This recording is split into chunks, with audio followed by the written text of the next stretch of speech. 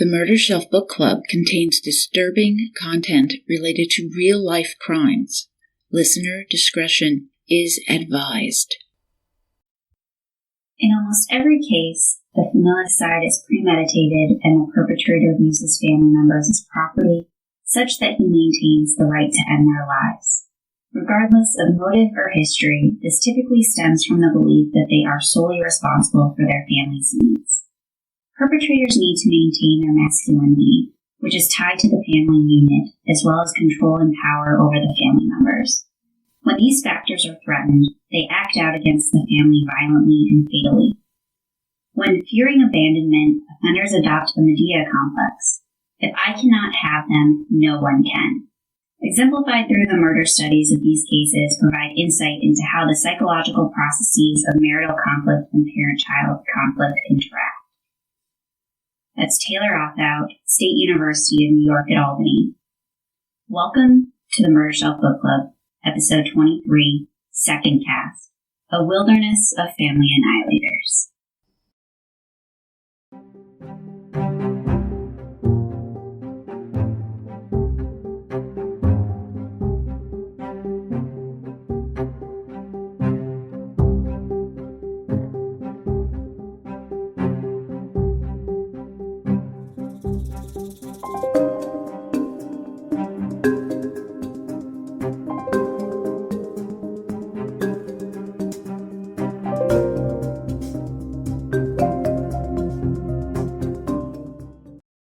Welcome back, Murder Bookies. I'm Jill.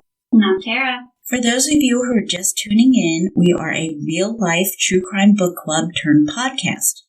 And while we do the heavy lifting, we encourage you to read along with us. We like to summarize each book we pull off our murder shelf, following along the author's footsteps, and of course, giving our analysis and opinions. You can definitely count on the opinions. Yes. You can anticipate 3 episodes for each book. The first 2 going through the book, and our third, which we dubbed 2ndCast, where we examine topics and threads that we didn't get to cover in the first couple of episodes. We hope you're staying safe and healthy, and thank you for listening and downloading. We appreciate the 5-star reviews, and truly they make a difference. And a warm welcome to our new murder bookies in Zimbabwe. Hello. Hello there. We are so glad you are listening in. It blows our minds that our voices and stories are carried across the world like this. It is just incredible. We now have listeners on all 6 continents, and it continues to amaze us. Your support keeps us going. Thank you all. Nobody in Antarctica? Not yet. I don't think they measure Antarctica. Probably not. I'd love to find out, though. One little thing, murder bookies, I'm not sure if you've noticed, but hopefully you can tell a difference in our audio equipment. It's new. We've upgraded, and we are recording together for the first time in over a year. Oh, well over a year, yeah. Yes, yeah. Well over a year now. I'm looking at Tara's face right now. And we're in the same room. Oh my God, it's so exciting. And we're not in the closet. No. We used to record in the closet. We have come out of the closet. Oh gosh. We are in an actual recording studio. Yeah. You would not believe, well, maybe not actual, but close enough. I think it's close. It's not like a legit professional recording studio, but Jill has made a recording studio in her brand new basement. Yep, I sure have. We have tiles and photographs of us on the wall, and now microphones, and yeah, it's pretty legit. I mean, 2020, I think, was supposed to be a lot of people's years, but I think 2021 might be our year, so be on the lookout for some fun stuff from Murder Shelf Book Club. Yeah. Now, Murder Bookies, by now I think you've kind of figured me out a little bit, and I love research, and I love new information and new theories. Now, previously, I had read the 2010 book by Dr. Neil Websdale, Emotional Styles of 211 Killers, because I know everybody has this book on their shelves, right? But I read it just in case I needed to know something about family annihilators. And here we are, delving into the Jeffrey McDonald triple homicide, right? So I also happened to come across a 2020 paper by Taylor Rothout that we started the episode with, part of it, from the State University of New York, Albany, Family Annihilators, the Psychological Profile of Murderous Fathers, which was probably the most recent investigation into the subject that I could find. And wow, thank you for the perfect opening statement, Taylor. We just had to share that with you. A family annihilator is a rare killer who slaughters his family. And from 2009 to 2019, there are only 39 cases in the United States. In a 2014 study in the UK by Elizabeth Yardley, David Wilson, and Adam Lines, 59 cases occurred from 1980 to 2012. Now, we know about 96% of these perpetrators are male, and they kill their spouse or partner, children, even the pets in some cases. Most of these men are between 20 and 50 years of age, so think like 40-ish, and are likely to use a gun as the weapon of choice. Typically, about 78% of child victims are biologically their own, and after the murders, about 50% of the offenders commit suicide. Some kill the family dogs, cats, pets, ponies, you name it, and believe me, they can be thorough. Relatives who happen to come to visit in the hours or days after the first killings can wind up victims. Most of these killers have no criminal history prior to being mass murderers. They're relatively productive members of society. Neighbors speak very well of them. Like 10% do have that little bit of criminal history, separate from spousal violence. About 44% have like domestic violence issues, which can raise those red flags. Red Mountain. Oh, yeah. Yeah, really. In this case, they are really a red mountain. Yeah. And 18% have expressed jealousy where their wives and girlfriends are concerned. And among the offenders, about 33% have a mental illness, or about 10% have a substance abuse issue. However, in all of these cases, all of them, there are some unsolved problems that contribute to this outburst of violence that no one sees coming. Because the annihilator keeps his emotions to himself. He struggles to himself, he conceals his discontent, his worries, his burdens. So depending on the research that you're looking at, you can have 2, 3, or 4 different types of family annihilators. Most of the research I've looked into delves into the 4, so we're going to go with the 4 categories for this particular episode. Perfect. The more categories, the better. Yeah. Yeah. First up, we have the largest category, comprising 32% of all cases, which is the self-righteous killer. These men blame their wife for their family collapse and every other problem that has come up. He must retaliate against her. It's really that simple. As the family is at the core of his identity as a successful male, if he cannot provide for his family, he is a failure. His attempt to regain control and power is by eliminating the family that is now out of his control. This guy is highly self-centered, narcissistic, given to being a drama king, making mountains out of molehills. Everybody knows them. Oh, yeah. 22% of these killers were unemployed at the time of the homicide, and 78% committed suicide. Now, if you love true crime, you've heard of the 2018 Chris Watts case. This is a terrible, terrible example of this kind of family annihilator.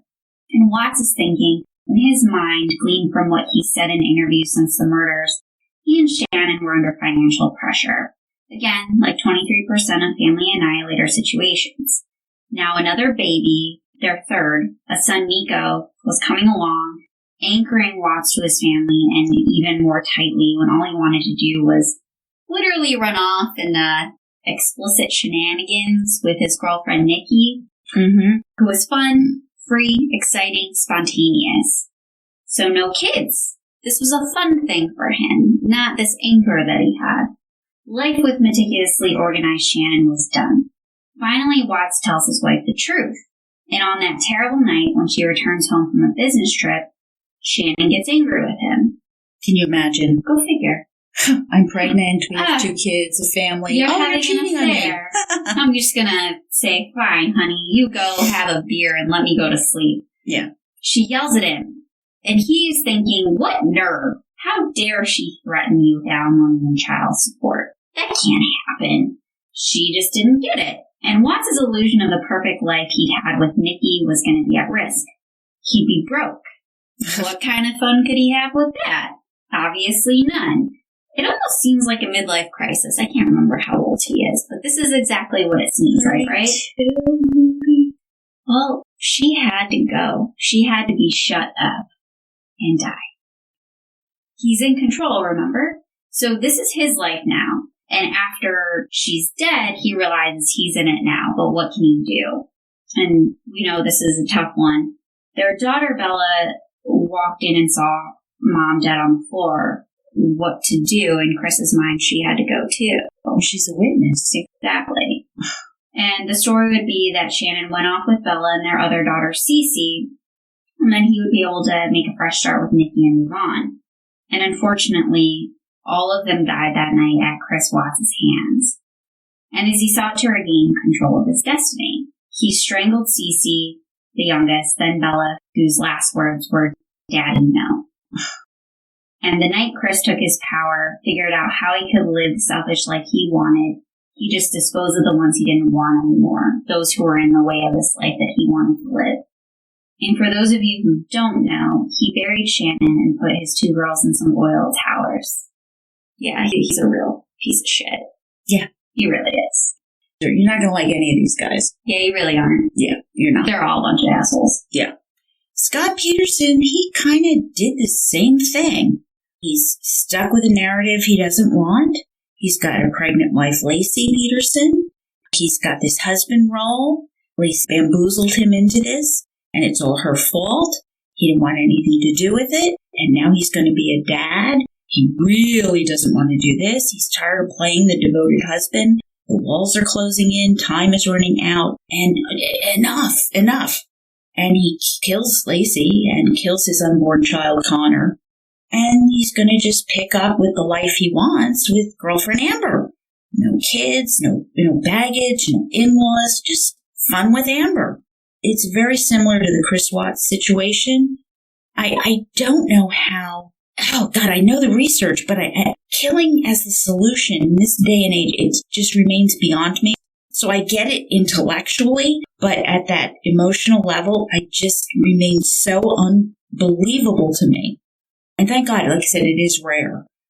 God, to think that normal thinking people just behave this bizarre and unnaturally, it's just grotesque. And I know we call these self-righteous. To me, it just seems like midlife crisis. The only result came to taking out their family. Yeah. Which, like we just said, it's mind-boggling. Yeah, I just don't want this. I'm going to just kill it and move on to the next thing. Yeah. And a lot of them do commit suicide themselves. 2 examples that didn't happen. Yeah, they didn't. That's what happens when you think you're too smart. You're not going to get away with it. Well, Watts was dumb as dirt. I mean, you look at his interviews and you can tell by his body language, he's screaming, "I did it." It's just incredible. Even Jeff McDonald. Yeah. All right, our second type of our family annihilator is the disappointed offender. Now, this annihilator also wraps his family unit around himself in terms of identity. This guy's family must live up to his high standards and have to conform to his expectations, usually of perfection. So think this overly zealous OCD guy. And when the family starts to drift away from his ideal of how things should be, he becomes outraged. And he believes the wife and the children have failed him. And, well, they have to be destroyed for this failure. About 29% of familicide offenders are represented by this type, and 38% commit suicide themselves. Their primary motivation for this, about 50% is the breakdown of the family unit itself, so probably some divorce pending. 38% are honor killings, and then 12% have some kind of financial distress going on. Honor killing refers to a cultural norm where the murder occurs because the family has brought shame upon the family itself or the family name. Now, 25% of these disappointed offenders are unemployed at the time, which ties in with that family distress. So you're going to notice that financial situations are tangled into this mix that influences a lot of these different guys. But that is an economic reality that can put stresses on the family. I know we're only into like 5 minutes of this episode, but I can't help thinking every time we're talking, it's always the husband. It always is. Yep. Seems like it. Mm-hmm.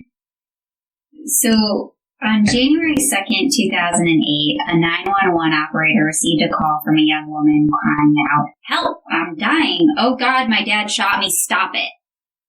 It was 17-year-old Sarah Yasser Said, who was in a cab that had been driven by their father with her sister Amina at age 18. Their father, Yasser Said, was supposedly taking them out to eat, but instead, he just happened to open fire on his daughters and then fled the scene, leaving them bleeding to death in front of the Omni Mandalay Hotel in Irving, Texas. Police at the time could not track Sarah's cell phone, and she didn't know where she was. Unfortunately, their bodies would be recovered an hour later, dying of multiple gunshot wounds. Earlier that week, the girls and their mother, Patricia, had fled from their home in great fear for their lives. Relatives reportedly told police that their father, Yasser Said, age 50, had threatened Sarah and Amina with bodily harm over dating, which was an American custom that he did not accept. Amina had accepted a date with a non-Muslim boy, which was completely forbidden by their father. And after the murders, both Patricia and her son, Islam, went into hiding with Yasser Said on the run. Mother and son emerged for the candlelight vigil held as a memorial for the girls. Islam made a point to say that their religion had nothing to do with the killing of his sisters. Quote, "Religion has nothing to do with this. This is very wrong." End quote. Sarah's remembered as being funny, so smart. She made the highest grade at school and loved goofing around in silly hats. Pink was the sister's favorite color. And Amina, a journal writer, planned to go to medical school and be a doctor. It's heartbreaking. So both Sarah and Amina had worked at a Kroger's grocery store, which is where Amina had met her American boyfriend. And she told a friend that her father would kill her if he ever found out, but most thought this was just an exaggeration that she used. And later it was terrible to realize that she had been perfectly serious when she was saying that. Mm-hmm. Said could not bend his mind around the concept that his daughters were not conforming to his will, that they were violating his commands, that his control over his family conduct was weakening, that he was being belittled by their conduct, that he was being lessened. So he killed his daughters rather to endure more damage to his honor, his authority, and his self-concept. And although this story was immediately featured on America's Most Wanted and a $100,000 reward was offered from 2014 on, Yasser Said would be a fugitive for 12 years until August 27, 2020, when he was arrested in Justin, Texas. Irving Police Chief Jeff Spivey hailed authorities for pursuing justice in this case for more than a decade. He said, "Even after 12 years of frustration and dead ends, the pursuit of the killer never ceased. Today's arrest of their father, Yasser Said, brings us closer to ensuring justice is served on their behalf." So this is pretty recent. Oh, yeah. This is one of those cases we didn't hear a lot about nationally, but it made a huge impact in Texas.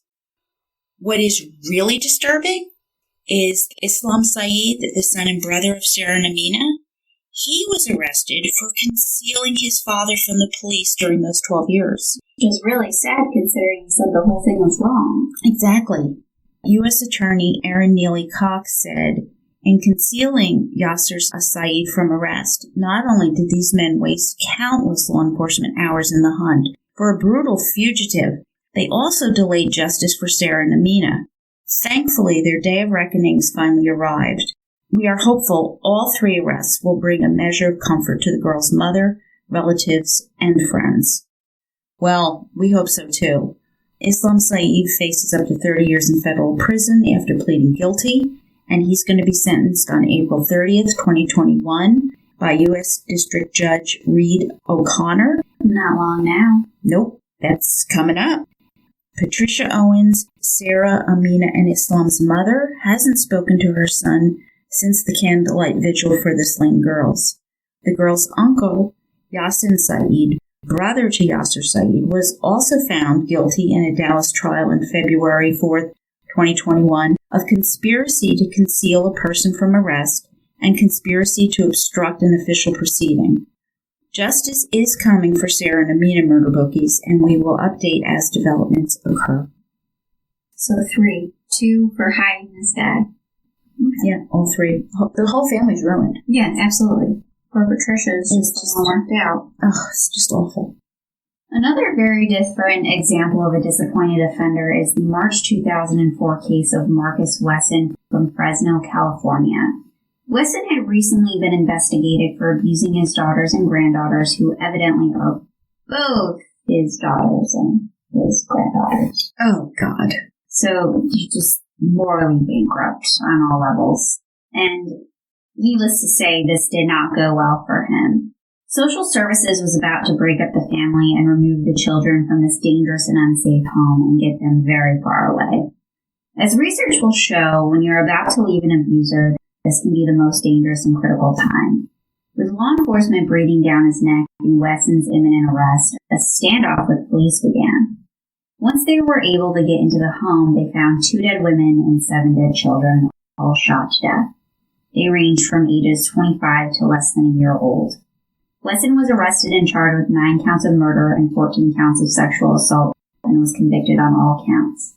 You might ask yourself, why did this happen? Well, the disappointed family annihilator saw it all falling apart. The family unit was threatened. Social Services and law enforcement were about to take this family away, something Marcus Wesson would not allow to happen. So he murdered everyone, because apparently that's what you do. Gives credence to the saying, if I cannot have you, then no one can. Yeah, that's this guy. Mm-hmm. Clearly he had serious issues. Yep. And they were trying to stop him. All right, the anomic family annihilator. This type views the family as a symbol of his success and his financial standing, and this means everything to his psyche, his sense of self.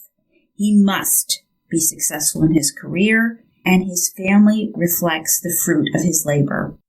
The comfy family home, the grand cars, luxurious hobbies, private schools, colleges for the children, all of this contribute to his intrinsic self-concept.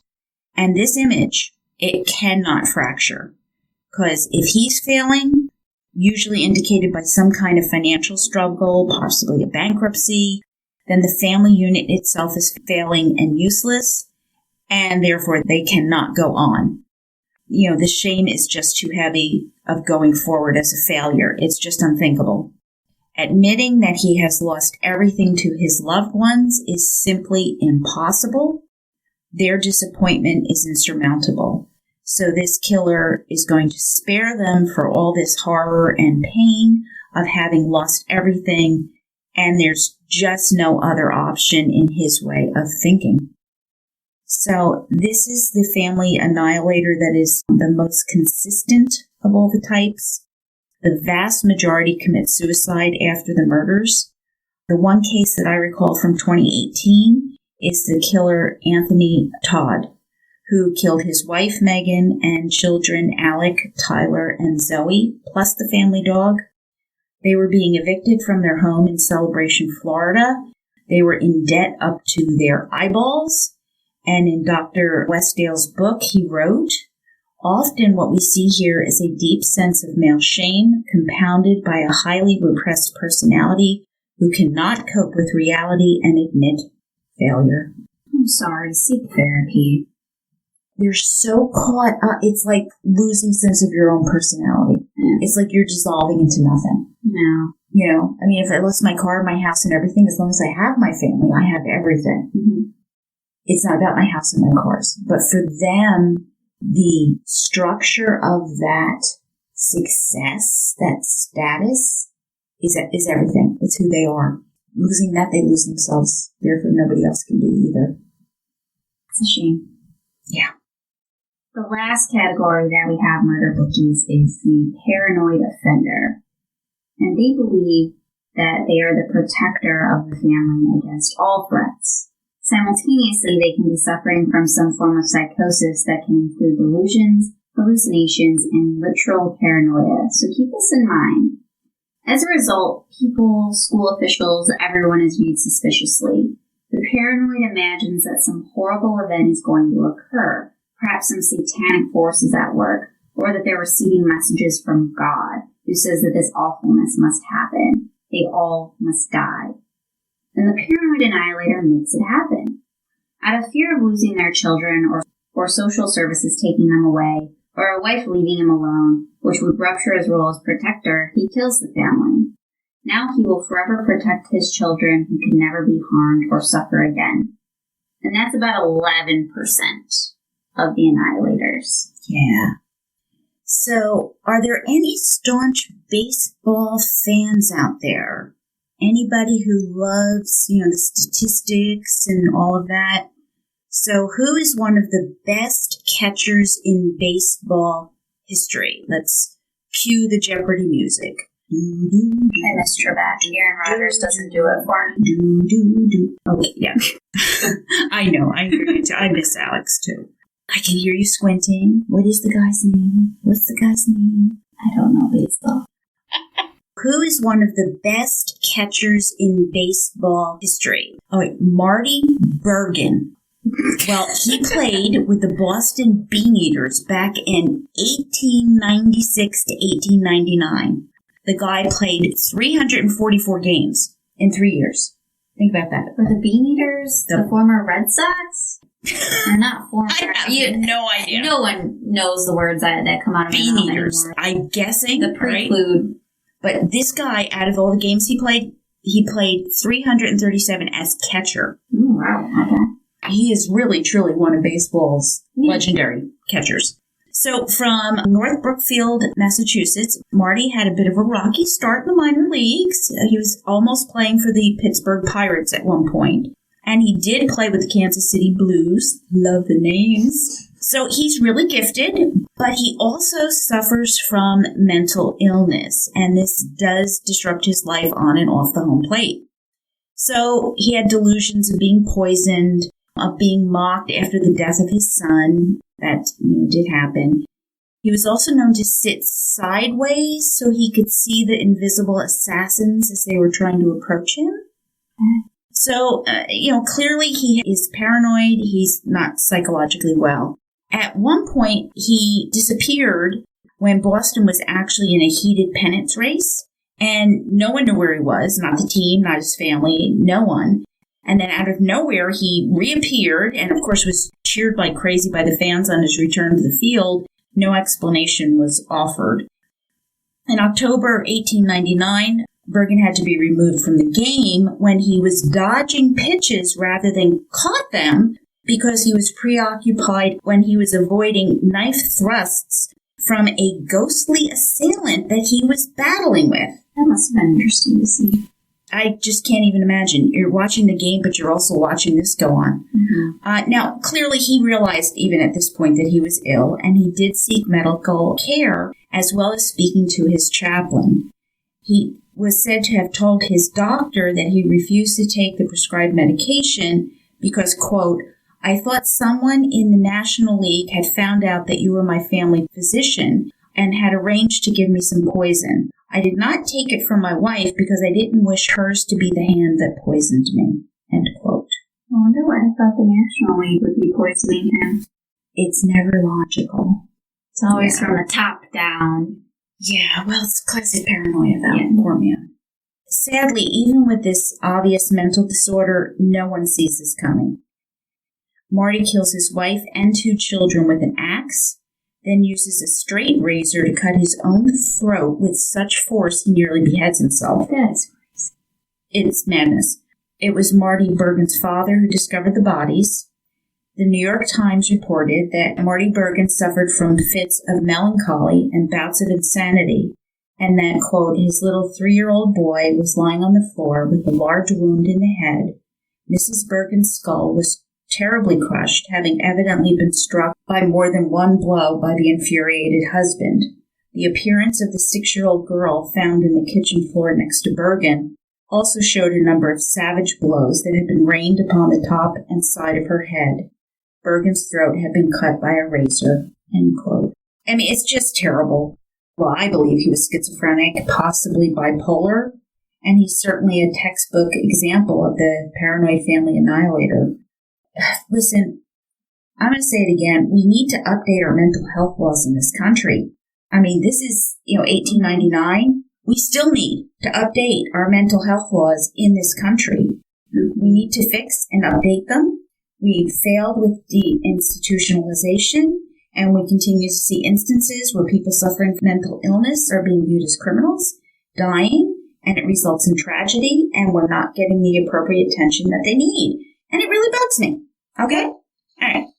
Rant over, back to the show, and there. Trust me, I know a lot of people feel the same way. I feel the same. You summed it up for the two of us. Okay, there you go.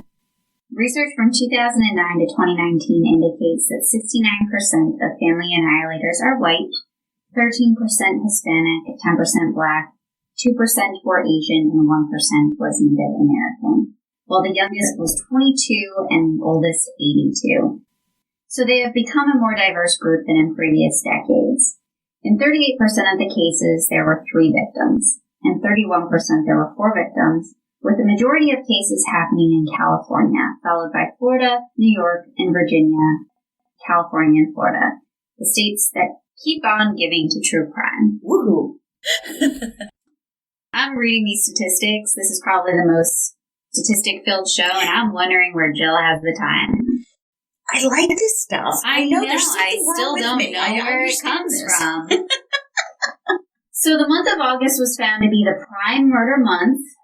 Yes, August. I think it might be the heat. I don't know. Mm-hmm. When do riots take place? It's not in January. Mm-hmm. That's true. People are hot and bothered. Yeah. There's a reason we say they're hot and bothered. Yeah. Especially when you think about back with Son of Sam, that was in the summer. Mm. I guess summer puts us all in more riskier situations, maybe. Mm-hmm. So anyway, the month of August was found to be the prime murder month for annihilators, as 20% of murder-suicides occurred then, with just over half occurring over the weekend, especially on Sundays, so right after church. This is likely because of a few factors such as summer break from school, dads having access to kids on the weekends when they're not working and the children aren't at school. Again, heat. That's what I'm going for. Also, possibly estranged dads who had to return children on Sunday, with the added stressor and tensions mounting. COVID and quarantining have probably made this worse. Oh, I think so, absolutely. So I know Jill is, not necessarily looking forward to, but intrigued by statistics as we've just laid out to see how this type of self-isolation, being isolated from our support systems, probably increased some of these statistics. I'm pretty sure they did. I'm going to wait and get that verified scientifically, but somebody's going to get a PhD in sociology or psychology reviewing this. Mm-hmm. Yeah. So, listen, our deep dive case is going to be on the 1971 mass murder of the List family in Westfield, New Jersey. So, being a Jersey girl, I kind of remember this. I was a little young, but I definitely remember the follow-up story. The List family lived at 431 Hillside Avenue in Westfield, a lovely 18-room home that is definitely a marker of financial success. 18 rooms. Right? A membership in the accorded social strata, your 18-room home. And to all, it appears that John List is a successful man, married to Helen Morse Taylor List, the father of 3 terrific children, Patty, John, and Frederick. The family attends the local Lutheran church, where John Sr. teaches Sunday school. Husband, father, John List appears to have it all, only this was an illusion, a fiction he portrays for the neighbors, and John List felt he was on the verge of losing everything. It's a lot to lose. Yeah. So, John Emil List is born to 39-year-old Alma List and her 60-year-old husband, John Frederick List, in Michigan. Note the large age difference between his parents. That's a 21-year gap. They met when Alma was a nurse who was caring for the very ill first wife of John List. Alma List was very protective of their only son, who was kind of awkward with a few friends outside family or church. And according to John List, his parents were kindly and affectionate with him, but keep in mind that his father was 60 when John List was born. So I suspect his interactions were, more like grandfather than father, no matter what the good intentions might have been. Getting a sweet treat as opposed to playing catch out back. Yeah. Regardless, List himself was disengaged socially. He didn't run around with the kids in the neighborhood, and he has a rather rigid personality. All grown up, List served in World War II in Korea and was his wife Helen's second husband. Her first husband, Marvin Taylor, had been killed in the Korean War. Back in the 1940s, Helen had actually been treated for syphilis. The standard treatment was to inject her with the malaria virus. It's surmised that Helen had contracted the disease from her first husband. Now, penicillin was still an experimental drug at the time, so it wasn't an option yet. Then, the disease entered the latent stage where it was dormant for a lengthy period of time. And years later, it likely entered the tertiary stage where it created neurological problems and dementia. Helen's doctors were told that she had flirted outrageously with other men, which disturbed List deeply. Unaware of her syphilis, doctors diagnosed her with latent schizophrenia. And when Helen's health continued to decline, her behavior became more erratic, highly uncomfortable to be controlling List. By 1969, she was struggling to walk, fell repeatedly, and keeping her syphilis a secret any longer was no longer an option. She'd also become dependent on barbiturates and tranquilizers. So keep in mind, her husband was uptight and obsessive-compulsive and stick in the mud. How embarrassing for him to have a syphilitic, drug-addicted wife. This was not the image she was working hard to maintain. No, not even a little bit. I mean, this man is very about church. That's his kind of center, his social mores and how things are supposed to be. And syphilis and flirting with other men doesn't even enter into his vocabulary, let alone, this is my life. I like that was from the doctor. She was flirting with other men. Yes. Circling back a bit to when List and Helen's relationship began, it was in December of 1951, and they decided to marry when she actually thought she was pregnant. And it was not as it turned out.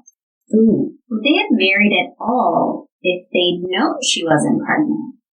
Doubt it. Yeah, probably. It seems like it. John debated the issue, vacillating over whether they should marry, but his rigid religious upbringing came into play, and he couldn't come up with any other solution to solve this. Later, Helen unfavorably compared him to her first husband, Marvin. Nevertheless, though, they went on to have 3 children together, with List's mother, Alma, living on the 3rd floor of their expansive mansion. 18 rooms. 18 rooms, enough for all of your relatives and in-laws. Mm-hmm. John Jr., 15, was an athlete who played soccer. Frederick was 13, played Little League Baseball, and Patty was the eldest at age 16 and in high school. She was one of those theater kids, and she was going to play Stella in the next school play, A Streetcar Named Desire. But she was murdered before she had the chance. And since John List took religion very seriously, they all attended the local Lutheran church together on Sundays. With Patty pursuing acting, John was actually really deeply troubled by this and very concerned about her immortal soul, as this was improper in the eyes of the Lord. I know acting was so improper. And he caught Patty and friends playing with a Ouija board. Oh my goodness. Clearly, she was going to hell in a handbasket. Oh, yeah. Now, anytime these things happen, what do? You speak to the neighbors, right? So the neighbors said the List family kept to themselves. Patty was absent from school frequently to help run the household because some speculated that her mother had had a nervous breakdown. Now we know about the syphilis, which no doubt played a role in this. John List was a gardener. He was proud of his tomatoes, as one neighbor said of him. They had exchanged comments 3 or 4 times over the 5 years they lived side by side. Friendly. Very friendly guy, right? Yeah, his tomatoes. Yeah. John would wave as he, rode on his Ryder lawnmower across the grass, and the children had thrown a Halloween party in the fall, which is described in the Courier News as being bright and gay, and the children were having a good time. It must have been a wonderful party. So, the kids are social and they're having fun, and, he's riding his lawnmower and attending to his tomatoes. I know what it's like to become more antisocial. I'm just kidding. I talk to my neighbors all the time. Oh, okay. And I grow tomatoes, too. Grow tomatoes and talk to your neighbors. You can do it at the same time. You can also even gift a tomato plant to your neighbor next door because they aren't able to have their own garden. That's pretty nice. Yeah. Okay. Now, List is an accountant with a master's degree, and he was briefly the vice president and controller of the First National Bank of Jersey City, New Jersey, the epitome of success. However, he lost his job and then another, which is a factor that's going to play in his decision to murder his family. Why did he keep losing jobs? He was very rigid about doing the work, and he expected that he would be promoted and get the job just because of his stellar personality. Yes. As opposed to abilities. Got it. Pewter principle? Yes. Yeah, you do. Love it. Okay. So now for at least 6 months, List would get up in the morning, put on his suit, the tie, leave the house, and pretend to go to work. For 6 months. He never told anybody that he had lost his job. Get that GPS on your phones. Find your friends. Yeah. Make sure your spouse is going nowhere. I'm telling you. Now, what he would do was go sit in the park, take a nap at the train station. Occasionally he did meet with an employment agent trying to find some kind of job, but he's maintaining this illusion that he's still going to work at the bank. So he was behind about $11,000 on the mortgage, which today is about $71,050. You doing your today math? I always forget. I remembered that, so yes. I made sure I did it. Okay, mind you, the house originally in the 1960s price was about $90,000. Today, that would be about $802,000. Yeah. So there's been some inflation. Yeah. So to pay some bills, List starts dipping into his mother's account. So the charade is going on, and as he's going on, he's, getting more and more pressure, feeling more frantic. He knows this can't go on forever. He eventually takes a job selling insurance, but at a seriously reduced salary. Certainly not enough to maintain the lifestyle or to bail him out of this huge financial hole they're in. And no one knows about this financial hole except List. That's a lot of pressure. It really is. Now, to make matters work, he's taken out a second mortgage. But nothing is going to stop this downward spiral of this financial collapse that's tormenting him. He has failed his family. They're going to have to go on welfare. That is going to be horrifically, excruciating, shameful to him, utterly embarrassing him. It's violating his principles of self-sufficiency that he believes in. They're sliding over the edge into the abyss of poverty. His children are teetering on the brink in their Christianity. My God, his daughter's an actress, playing with Ouija boards. They're a disappointment. He's frantic, he's desperate, and he decides to spare his family the humiliation of living on public assistance. And faced with the world of evil and deprivation, there is only one way to assure that they will go to heaven. It was November 9th, 1971, where John List slaughtered his entire family, shooting them with a .22 caliber gun and a 9mm pistol. He killed Helen first as she sat sipping her morning coffee. He then went upstairs to his mother Alma's apartment and shot her as she ate breakfast. Then List meticulously carried out errands, planning his exit with great calculation. He left the house and went to redeem savings bonds at the bank, making sure he got the correct interest down to the penny. Next up was the post office, where he stopped the mail delivery and then newspaper delivery as well. Forgetting about those little details can really give you away, Having newspapers pile up, mail overflowing out of your mailbox. Can't let that happen. Nope. So heading home, John List made a sandwich. Then one by one, he shot his 3 children to death as they came home. List arranged the dead in the ballroom on a sleeping bag, while music resembling a funeral dirge played throughout the home sound system. He turned down the thermostat to slow decomposition and made dinner for himself. So worked up an appetite, I don't know how. I don't know how he's eating. Planning. Oh my goodness. The calculating List went from room to room, cutting his face out of each family photo. He was ensuring that it wasn't going to be easy for law enforcement to send out a bolo on him, be on the lookout. Doesn't sound like he's going to be one to commit suicide. No. He wasn't going to be able to go to heaven with his family if he committed suicide.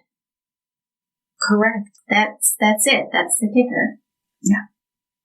I know. This is what we're thinking here, us two. This is the thinking of the family annihilator, though. He's so worried about, I can't commit suicide because I won't be able to join my family in heaven. Yeah. Okay, Sure. John List calls the children's schools, and he leaves messages that they're going to visit a sick relative, and they're going to be absent from school for an extended period of time. Books he borrowed from a neighbor were placed on the table, complete with the required thank you note. He wrote an apologetic farewell letter to some relatives and to his minister, Pastor Rywinkle. The pastor's letter was also a confession as well as kind of an explanation. List slept in his bed that night, a bed he'd shared with Helen since they married 20 years earlier, with his dead family downstairs in the ballroom decomposing. So disturbing. Oh, yeah. And then the next morning, he left and went into hiding, starting a life elsewhere, just disappeared. Cold, man. Just cold. Yeah. I know we've already talked about how the thought process is, but this was so meticulously planned out. The fact that he just felt that he needed to plan out all these details, because if he didn't do it, they were all going to go rot in hell. Mm-hmm. And then if he killed himself, he wouldn't be able to join them. But make sure we cancel the paper, because we don't want them to find anybody too soon. Yeah. Because I've got to get away with my new life. Yes, I got to go live out my life and my days so I can die a natural death and rejoin my children. Woo.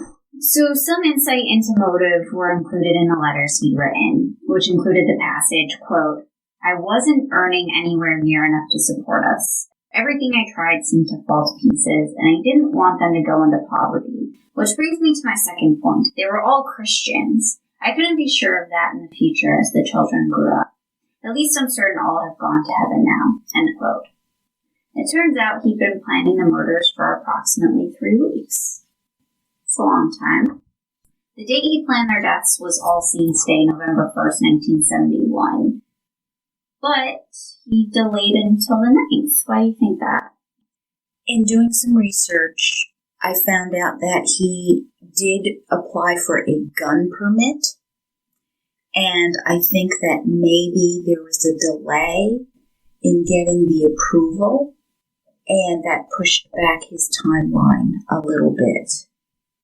So this is something he really pondered and planned carefully. Only they didn't give him that gun. Yeah.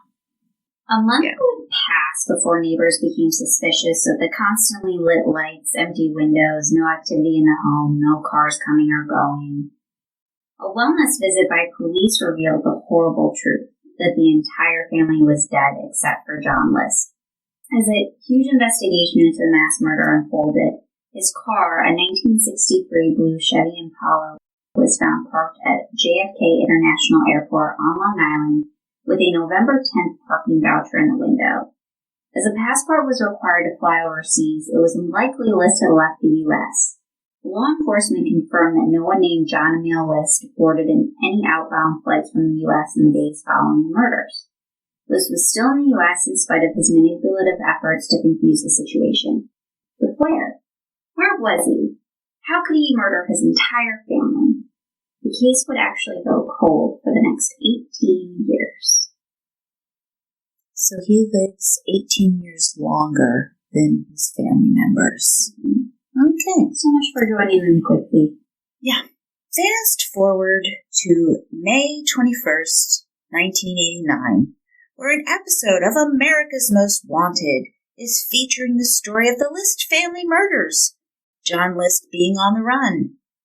Out in Denver, Colorado, Wanda Flannery and her daughter and son-in-law, Eva and Randy Mitchell, are watching and thought the suspect looked an awful lot like former neighbor of theirs, Bob Clark. Bob, an accountant, had moved to Midlothian, Virginia, a suburb of Richmond, with his second wife, a friend of theirs. Oh, so he gets to marry a second wife. That's him. Oh, well. Eva Mitchell calls America's Most Wanted hotline and gave them the information on Bob Clark. Now, about 200 tips came in after this airing, and John Walsh, the host, said they received about 20 about the Virginia location, which was encouraging, but nobody got their hopes up. 11 days later, the FBI would put the handcuffs on Bob Clark, who denied he was John List. However, Bob Clark's fingerprints matched those from the gun permit John List had filled out 1 month prior to the murders in October 1971. John Emil List had been captured. What wife do you think he wanted to spend eternity with after that? Oh, he won't be. Neither. America's Most Wanted spokesman Jack Breslin revealed that they almost didn't cover the List cold case given that almost 18 years had passed since the homicide. Having a current photo of the suspect always helps in searching for the most wanted. To deal with this, Philadelphia forensic artist Frank Bender was hired to update a photo of John List in his 40s to that of John List as a man in his 60s. Yes, a few photos had survived the scissoring that List had imposed on his family portraits. Frank Bender studied what John List's parents looked like as they aged, seeing what role genetics might have played, plus applied his skill as a forensic sculptor to the case. With the assistance of forensic psychologist Dr. Richard Walter, Bender created a life-size bust of what he thought John List would look like in 1989. Together, they discussed Dr. Walter's psychological profile of List, how the strict upbringing of an only child by older parents, a domineering mother, with the church a central focus, would impact a young man with OCD. So, Dr. Walter's profile also determined that List killed out of anger and retaliation due to his own failures, not because he was sparing or saving his family from anything, delusion or not. Frustrated due to his social inadequacies, rejected and stymied by women all his life, dominated by Alma, lied to by Helen, daughter Patty pursuing acting against his wishes, List resented women. Add in the anxiety and fear of being caught and held accountable for the murders, List would hold the weight of all this baggage in his face, frown lines, jowls, and wrinkles. Finally, Dr. Walters believed that List would want his glasses to suggest intelligence and success, likely a lot more than he actually possessed. I wear glasses. Boom. Thus, Bender selected a dark, horn-rimmed pair of glasses to put atop the bust of the aging List. They would prove to be the coup de grace in identifying the fugitive accountant that night on America's Most Wanted. Bender had done a remarkable job in creating a bust that bore an uncanny resemblance to the real-life List. I just had a flashback to that movie, The Accountant, when we said fugitive accountant, that starred Ben Affleck. Yes. That's not John List. Arrested, charged, and tried, List was found guilty of 5 counts of premeditated first-degree murder. At his sentencing, New Jersey Judge William Wertheimer stated, quote, "The name John Emil List will be eternally synonymous with concepts of selfishness, horror, and evil. He is a man who could coldly, calculatedly, and cunningly conceive and carry out a cowardly plan," sorry, that's a lot of C's, "to assassinate each of his 3 children. There is something satisfying in knowing that List heard that we did not buy his concern about their immortal souls bullshit." Oh, yeah. Yes. Yeah, I agree with that one, totally. In a 2002 interview with Connie Chung, List broke his silence and explained, we use the word loosely here, his behavior, saying, quote, "I grew up with the idea that you should provide for your family, and to do that, you had to be a success in the job that you had, or you're a failure. And that was not a good thing to be," end quote. He went on to admit, quote, "I knew it was wrong. As I was doing it, I knew it was wrong," end quote. Asked why he didn't commit suicide, John List said to Miss Chung, again another quote, "It was my belief that if you kill yourself, you won't go to heaven. So eventually I got to the point where I felt that I could kill them. Hopefully they would go to heaven, and then maybe I would have a chance to later confess my sins to God and get forgiveness," end quote. The quotes were important. You have to hear what this guy says. He's nuts. You just have to hear what he says. Yeah. On killing Helen, List said he got his gun out of the trunk of his car because he'd been practice shooting for weeks in anticipation of this. He then walked into the kitchen and shot Helen from behind as she was drinking her morning coffee. Quote, "I approached all of them from behind so they wouldn't realize until the last minute what I was going to do to them."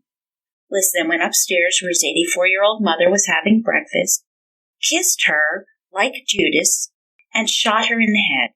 She was too heavy to move downstairs next to Helen, who he'd dragged and positioned in the ballroom. He scrubbed up all the blood so the children arriving home from school wouldn't suspect a thing. List was a perfectionist after all. The police would later find a mass of bloody paper towels and rags in a paper bag inside the List home. As the children came in, one by one, he killed them in the kitchen.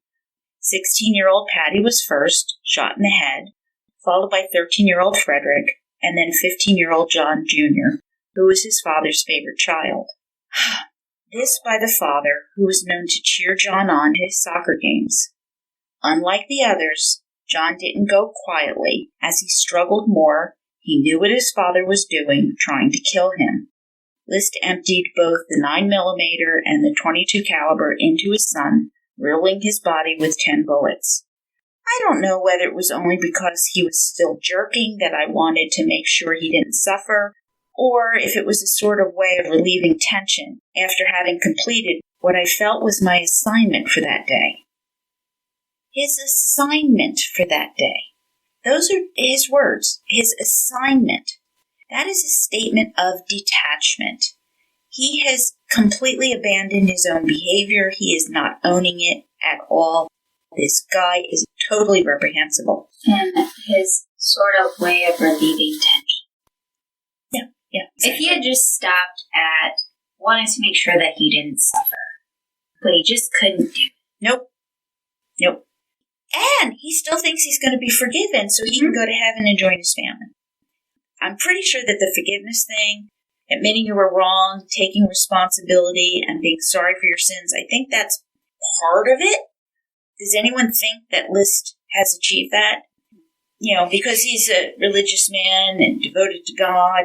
Oh, by the way, he also said he said some hymns for his murdered family that he read out of the family's hymn book. It was the least he could do. His words again. So just what did he do when he was on the lam? Well, he first went to Denver. He took the original name Robert Peter Clark that he stole from a high school acquaintance and applied for a Social Security card. He got a job as a fry cook, which I'm surprised he actually took considering how he felt about his position in life, and later worked as an accountant for H&R Block. He made friends with his neighbor, Wanda Flannery, who introduced him to her friend Dolores Miller. This is a shocking turnaround from the man that we knew who was married to Helen. Didn't like talking to his neighbors, but now he's friends with them. Took a job as a fry cook, but wasn't concerned about his wages. Dolores and Bob hit it off, and she never suspected a thing. Bob Clark told her his first wife, an alcoholic, died slowly and painfully of cancer, and that they had been childless. The fact that doesn't even mention children. No, they ceased to exist. In 1985, they were married in their local Denver church. Having moved to Virginia, Dolores was watching America's Most Wanted when the story on List aired, as hubby Bob caught the end of the program. He told Connie Chung he was sweating it out, but Dolores didn't seem to recognize him. He had never filled her in about his alter ego's past. You know how that usually happens. I feel like it's some unconscious way of blocking something out because you just don't want to believe that that could be your spouse. Like she didn't know. When everyone else knew, they're like, that looks like Bob. It's like Superman when he puts on his glasses. You can't tell Clark Kent's Superman. Yeah. He must not be wearing his glasses as much as in front of poor Dolores here. I guess. So it was his neighbors from Denver who did recognize him and called in the tips that led to his arrest. Again, we feel bad for poor Dolores. She was absolutely blindsided by this whole thing. She literally had no idea.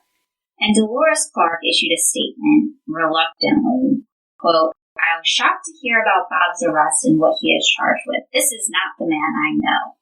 The man I know is kind, loving, a devoted husband, and a dear friend. He is a quiet, yet friendly man who loves his work and the people he works with. End quote. And an unidentified neighbor said this is either the most unbelievable mix-up or he is the biggest con man who ever walked the earth. And unfortunately, it's going to be the latter. Yeah, big time. And as far as family annihilators go, List is a very, very classic example, hence why we chose this case to examine with you. He is the poster child for the anomic family annihilator with overtones of the disappointed annihilator. If you recall the 4 types of family annihilators, guys, the self-righteous, I'm king of the world until I'm not. Disappointed, family, you fail me, now you die. The anomic, our finances went to shit, damn you all. And finally, the paranoid, I'm psychotic and deluded, everyone dies. Each one has their own trigger, but keep in mind, dealing with human behavior and it's rarely totally cut and dry. Categories do spill over into each other. Dr. N.G. Beryl, a forensic behavioral psychologist, explains the goal of the family annihilator this way. Spare the family all the assaults to their sense of well-being, their sense of normalcy. It reflects very distorted thinking and the very strained and depressive type thinking and desperation which culminates in a kind of terrible act. So, John List, a terrible person, but one who experienced emotional isolation, even at the hub of his family home. His latent disconnect was growing. He's unable to share in social activities fully, keeping much inside to himself where it festered. He rarely exhibited anger or rage, tucked it away. It was kept firmly restrained on his expression of emotion. When he did share with Helen, it was the enjoyment of their socioeconomic status, really his sole source of achievement and pride.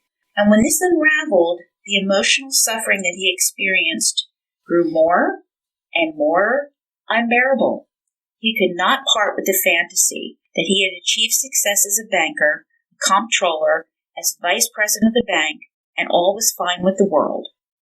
So unable to cope with this new reality and the emotional burdens that demanded, List could only see one way out: murdering everybody before they knew how terrible it all was and what a colossal failure he was. Oh, List got pneumonia and died of complications on March 21st, 2008. No one claimed his body. He's buried somewhere, and I didn't care enough to find out where. The one time. Yeah, sorry. Some of the psychological illnesses that influence this include antisocial, borderline, histrionic, and narcissistic personality disorders. What is significant is that the traits associated with these personality disorders narcissism, emotional instability, dependency, self-control issues, are believed to contribute to offender-victim blaming. Clearly, victim blaming has to be relevant to anyone who is going to wipe out his family, right? Yeah. Some other traits that increase the risk of familicide is generalized anxiety disorder, shifting self-anger onto others, destructive tendencies, high emotive reactivity, extreme fear of abandonment and rejection, and severe jealousy, PTSD, post-traumatic stress disorder, depression, the list can go on. The problem in this kind of research is 50% of the time the killer commits suicide. So determining what was wrong with the individual can only be reconstructed so much. What is really hard to comprehend is that all fathers turned mass murderers insist that they loved and continue to love their children. They mourn and they describe the murder of their kids from a distance as if some angry stranger killed them. It's bizarre, but it comes with the territory. Their rage is very much separate from themselves and was caused by the objects needing to be destroyed, which were the family. Once destroyed, this aspect of them is slept off and they can speak of their families with love and remembrance. So yes, according to them, murder is love. That's some mental gymnastics. Oh, yeah. I can't wrap my head around that. No. Like I said, I completely understand the research. I can explain it, and I still don't get it. Now, the perpetrator with schizophrenia and or paranoia, not the category paranoia, but like the mental illness paranoia, is experiencing confusion, disordered thinking, delusions of persecution, and additionally, he now views himself as a failure with mounting financial and social pressures and believes his family cannot function without him. Thus, the murders are really extended suicides or mercy killings designed to spare the wife and children suffering. I'm just explaining it. Again, I think it's all insane. For annihilators who commit suicide, about 65% from 2000 to 2009 in the U.S., about that number do. In a separate study in Britain and Canada, about 50% killed themselves. A much larger study from 1980 to 2009 in Britain, that came in at 68%. The point being is that many of them do succeed at suicide, and depression and or schizophrenia offenders use suicide as a way to be reunited with the family. Okay, so keep in mind that some attempt but fail to commit suicide. In the larger British study, only 18% did not make the attempt. So the conclusion here is the vast majority plan to die in the execution of their plan. None of this is easy, believe me, and I understand if you are blinking and shaking your head saying, what she just said? Mm-hmm. It's a lot to absorb, and it's completely alien to how the vast majority of us think about our families, but it is a big part of true crime. Absolutely. Yeah. And this brings us to another annihilator case. This one from 2009 in Florida, one of the leading states in such cases. Mm-hmm. Mesac Damas, a Haitian American born July 2nd, 1976 in Haiti, to Jeanne-Marie Damas, was raised an evangelical Christian. Life was difficult and unpredictable given the socioeconomic conditions of Haiti. Seeking a better life, Jeanne-Marie emigrated to the U.S. when Mesac was a small child, and he was left with relatives who were voodoo practitioners. This may have been a bit confusing for him as a small child. But keep in mind, the information on this time is a little bit sketchy. We do know that later as an adult, Mesac would speak of evil spirits haunting him, being out to get him, the beginnings of paranoia. After immigrating to the United States himself at age 19, Damas settled in Florida, becoming a cook, and began working at a local restaurant called Miller's Ale House in Naples. And that is where he met Verlaine Due. Beautiful, deep, dark eyes, long, luscious hair. She had also emigrated from Haiti as a teenager after her father's murder. Verlaine's life hadn't been easy either.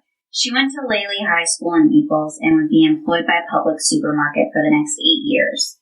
In the news press, she was described as looking as so cute in her little Publix uniform. She was a nice, sweet lady. You would know if you met her. She would always look in your eyes when you talked to her.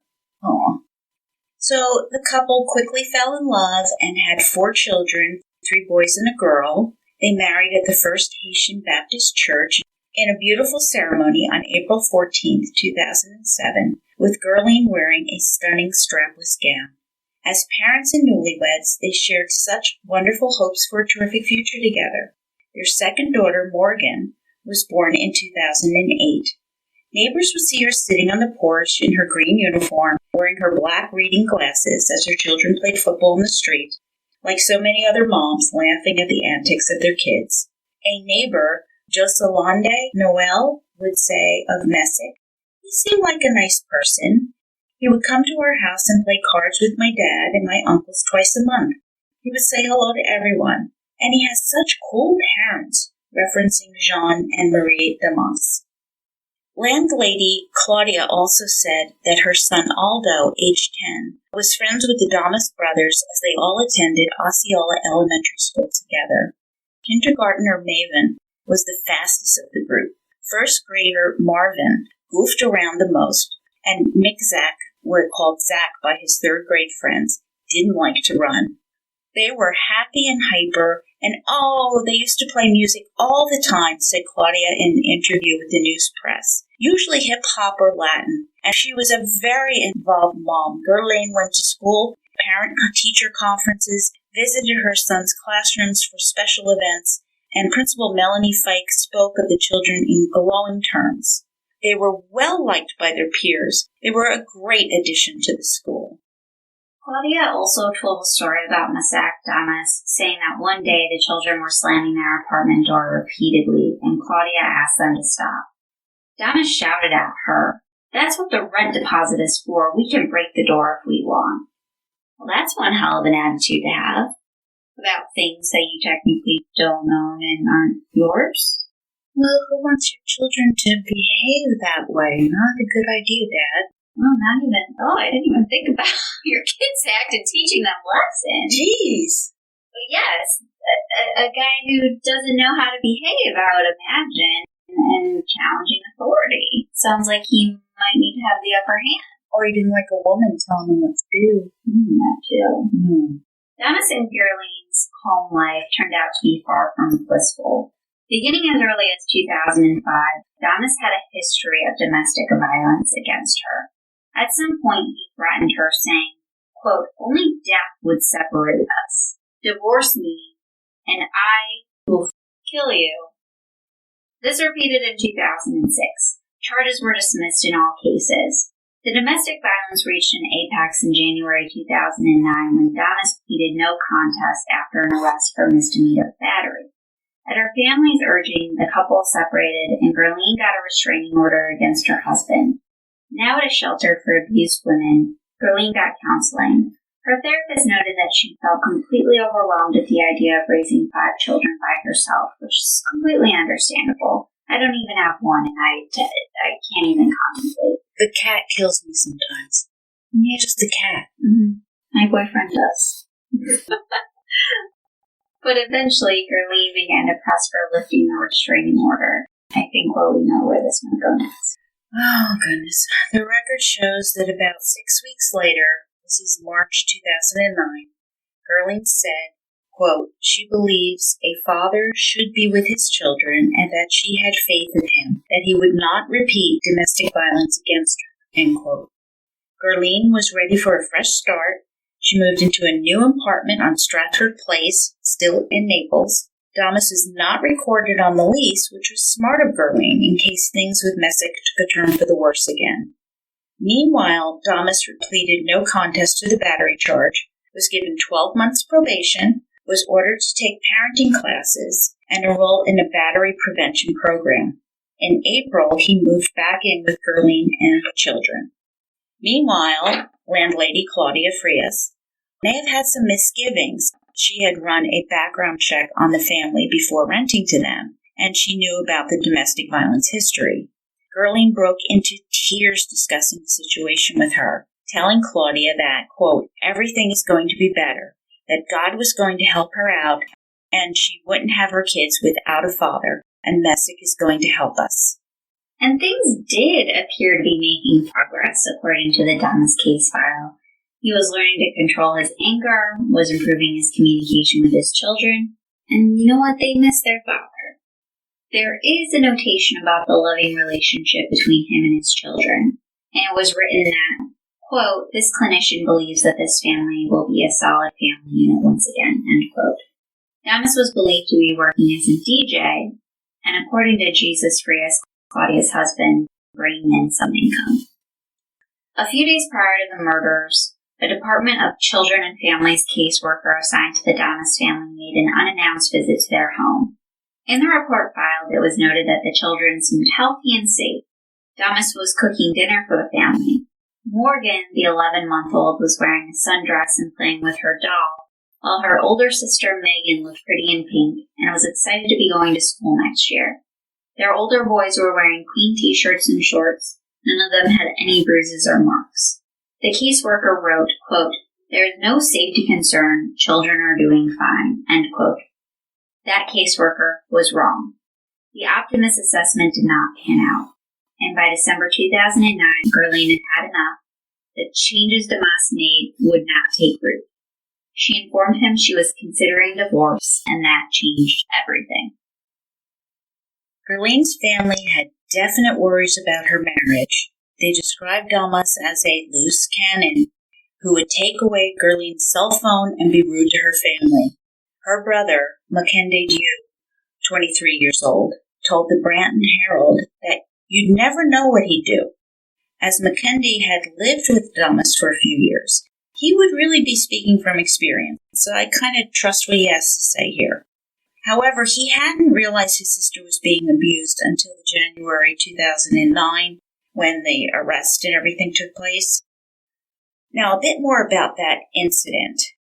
Damas had hit her while she held their baby girl Morgan in her arms, and records indicate that he strangled her, ripped her shirt off, causing the baby to slip out of her mother's hands and fall to the floor.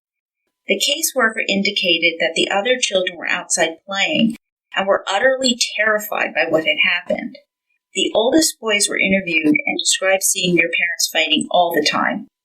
Zach, age 9, described how he would take all of the children in a bedroom when the abuse occurred. Oh my God, here's this poor little guy handling the situation like an adult at 9 years old, protecting his siblings, and if Zach tried to call 911, so he even knows about 911, his father would hit him in the hands and his head. While the police had been called only a handful of times, this time we know he was taken into custody. So we can now see why Gerline filed for that restraining order. And we all know that when you are trying to leave, things get worse. Once Damas knew Gerline was leaving him, he didn't waste any time. 24 hours after the mention of divorce, Damas ambushed her on her return from public, restrained her with rope and duct tape, 55 yards of it. You guys can do the math. That's more than half a football field of duct tape. He literally basically laid a message out, "You are not going anywhere," and slashed her throat in the family townhouse. He then hunted down each of his 5 children. Each child died from a slashed throat, bending the filling knife in the process. Rejecting suicide because it might keep them out of heaven. It's convenient, right, that they both chose to do this. They chose to ignore "thou shalt not kill." Is that the first commandment? It's like the 7th. Yeah. And both rejected suicide because they wouldn't get into heaven. So we'll talk about denial, like that is literally what's happening here. This is textbook. Yeah. Damas fled to the airport and flew to Haiti to escape punishment. And in Port-au-Prince, Haiti's capital, he hid out in a house next to a low-budget hotel where authorities found him several days later. Under arrest, Damas confessed. As far as he was concerned, his guilt was never in doubt. He claimed he planned to turn himself in, but listen, he's hiding when he is found, which, just negates that whole thing. In his confession to FBI agents, he claimed that bad spirits made him slit his wife's throat and murder his 5 children. Working toward an insanity defense much? Sounds like it. According to police documents, Damas also had a list of culprits who drove him to murder. One culprit was his wife, Gerlaine, for daring to try to leave him. Damas stated he killed his wife because he knew if he let her go, she'd call the police on him. He then killed Marvin 6, Maven 5, and Megan 4. He then actually considered leaving his eldest son, Zach 8, and baby Morgan, who was just about 1, alive. His reasoning was, if you can call it reasoning, went like this. Oh my goodness, I'm going to jail for the rest of my life, and they are going to give me the death penalty. But then the voices said to him, you've got 2 more left. You're going to die anyway. If you're going to leave those 2 behind, her mom will have custody of them. And I said, oh, hell no, I don't want to give her mom custody. And I went upstairs and I cut the little ones. So Damas didn't want his mother-in-law, Therese Medor, whom he, quote, could not stand, who had put a voodoo hex on him, to have custody of his 2 remaining children. Yeah, according to him, she was another culprit. Note the spin here. He is the victim of evil. Mesac Damas is the victim here. It is unfreaking believable that he's the victim here, and these people are the culprits. Yep, he's the victim. Despite the blame shifting, Damas said consistently that he wanted death and he wanted it quickly. All the sooner to reunite him with his family. Don't think he's actually gonna go to heaven? Do you think that journalists could explain it to him when they meet up? Yeah, in purgatory hell? I don't know. Oh, in the inferno. Yes. On the 9th ring, yeah. Like, this is delusion and total disconnect from the crimes that he's actually committed. Yeah. And his father, Jean Damas, agreed that his son deserves a death penalty. But you know what? In my opinion, if death is what he wants, why give it to him? Make him rot. I can live with that. I can't remember. Life in prison or death penalty? What's cheaper? Oh gosh, I don't know, with all the appeals and everything. I'm not sure. My tax dollars can go to making this guy not get the death penalty if that keeps him away from what he ultimately wants. Because why give it to him? Yeah, let him sit behind bars. Yeah. Florida. It should be noted that Dr. Alice Cantave, program officer for Haiti of the W.K. Kellogg Foundation, explained at the time that Damas was trying to justify his actions in failing. Quote, in this context, good is Christianity and evil is voodoo. You hide behind that. It's not my fault, it's the evil spirit, even though there's no such thing in voodoo. He's saying in a way, I did good by killing my wife because she was evil. It wasn't him. End quote. Hit the nail on the head. This guy who wants the death penalty isn't really responsible for the killings. Evil did that, not him. It's a crock of crap, especially when we know voodoo isn't evil. You can't use this to justify killing your family. No. He's trying, but no. It doesn't wash. And that was another difficulty for Damas. Voodoo actually doesn't condone evil doing. Neither of us professes to be an expert in voodoo, but another professor, Mark Roux, director of the Haitian Institute at the University of Massachusetts, Boston, stated in 2009 that the core principles of voodoo are valuing good and healing. It's wrong for Damas to use voodoo as a scapegoat for awful behavior. And obviously he can't blame himself, but guess what? It was him. He was angry and he lost it. His wife wanted to leave and wanted to take everything from him, and he couldn't handle it. It was spite and rage, not some evil hex or spirit. We're saying it wasn't the damn voodoo. Yeah. Fun fact. Yeah. I would love a fun fact. I need a fun fact. I thought it was the perfect space. Here we go. CIA World Factbook says 84% of Haiti is Catholic, but about 58% practice voodoo.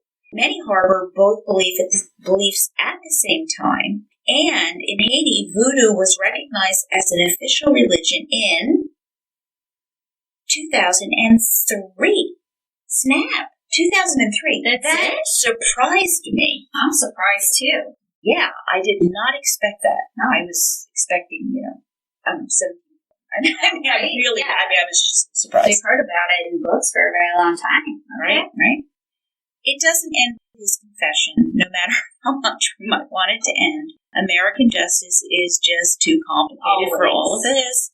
Evidence of a possibly diseased mind put Damas at the center of a turbulent 8-year courtroom circus. Conflicting psychological diagnoses flip-flop on his competency to stand trial. His wild, disruptive behavior in court confused the proceedings further. Delay after delay after delay. One day he's refusing to speak to his attorneys, and the next day he's a chatterbox and won't shut up.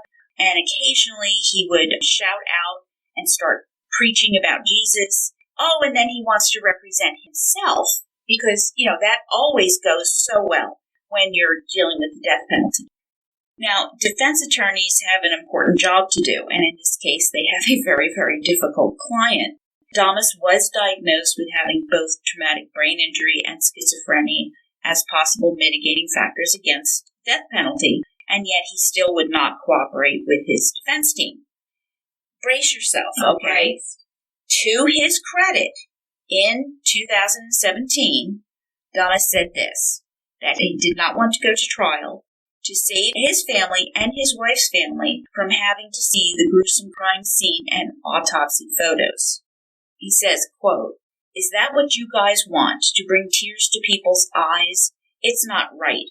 I take full responsibility for these actions. Let me go through this by myself. I don't want my people, my wife's people, to go through this again," end quote. Huh. All right, so I wasn't expecting that. I wasn't either. And he's come a long way since he's blaming hexes and spirits in 2009. But after more court shenanigans go on, in October in 2017, Damas and the Florida Circuit Court finally sentenced him to death 6 times over, and he enters Florida's death row at that time. Florida's Supreme Court Judge Christine Grider affirmed all 6 death sentences in January 2019. I gather he hasn't been executed yet, but I really want the Doe family to finally rest knowing that justice is done. So whatever they want, I want. Nothing is going to bring back Gerline, Zach, Marvin, Maven, Megan, or Morgan. I actually checked the news. He's not dead yet. I still think the death penalty is too good for him. Yeah. But I agree it would bring some closure to the family. One of the points, though, that we do want to make is if you or someone you know is the victim of domestic violence or child abuse, we beg you to please go get help. It does not get better on its own, so please reach out to a shelter or experts. Do it cautiously. Women and Gender Studies professor Betty Jo Barrett at the University of Windsor in Canada has done an amazing amount of research into intimate partner violence, and she told CBS.ca that, quote, "Research has shown the risk of domestic homicide becomes highest during the period of separation, and the intensity of domestic violence escalates when the abused person decides to leave the relationship," end quote. Abusers feel their power and control slipping, so they escalate, trying to force the woman to remain. Leaving an abusive partner puts women in potentially life-threatening danger, and on average, leaving takes 6 attempts. Yeah. 6. Many leave feeling vulnerable, have regrets, they genuinely love their abuser, struggling financially, they're stressed, they worry about the impact on children, living conditions, massive doubts. Everything comes into question when you're leaving something that you know so well. And the abuser promises to change. Begging begins, crying, pleading. This is why you need to put sufficient time between your exit and the abuser's claims that he's changed. Never forget that this is a cycle. Do not fall for the latency of the honeymoon phase. Rest assured, it will happen again. Listen, guys, contact your local women's shelters. Make a safe plan. We've got links on our blog at www.murdershelfbookclub.com. Help is there. It can and it does get better. Believe it. And there it is, folks. Oh, hopefully you are reading through Lost Girls by Robert Coker on the Long Island serial killer case. This is a really unsettling story about the deaths of 5 young women, largely ignored by law enforcement when they went missing over the course of 3 years. Maureen in 2007, Melissa and Megan in 2009, and Amber and Shannon in 2010. All but one of their bodies were discovered on Gilgo Beach, Long Island, a deserted and overgrown 7-mile stretch of shoreline on a string of barrier islands in proximity to New York City. In a bizarre light of publicity, when the bodies are discovered, law enforcement comes to the realization that they are now faced with one of the most skillful and accomplished serial killers in New York City since the Son of Sam, David Berkowitz.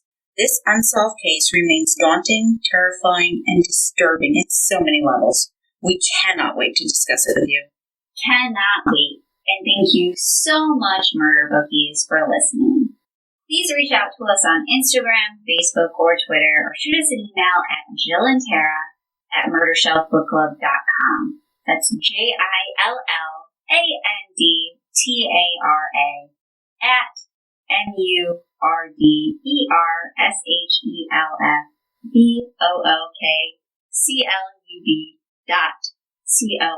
Yes, I spelled it out for the first time ever. You did good. We'd love to hear from you. Follow us or subscribe to our show on Spotify, Apple Podcasts, Google Play, Stitcher, Pandora, Podbean, iHeartRadio, just about anywhere where you can find your podcasts. And if you can, leave us a 5-star review. We certainly love to see your feedback. And until next time, Murder Bookies, happy reading. Stay safe, stay healthy, get help if you need it.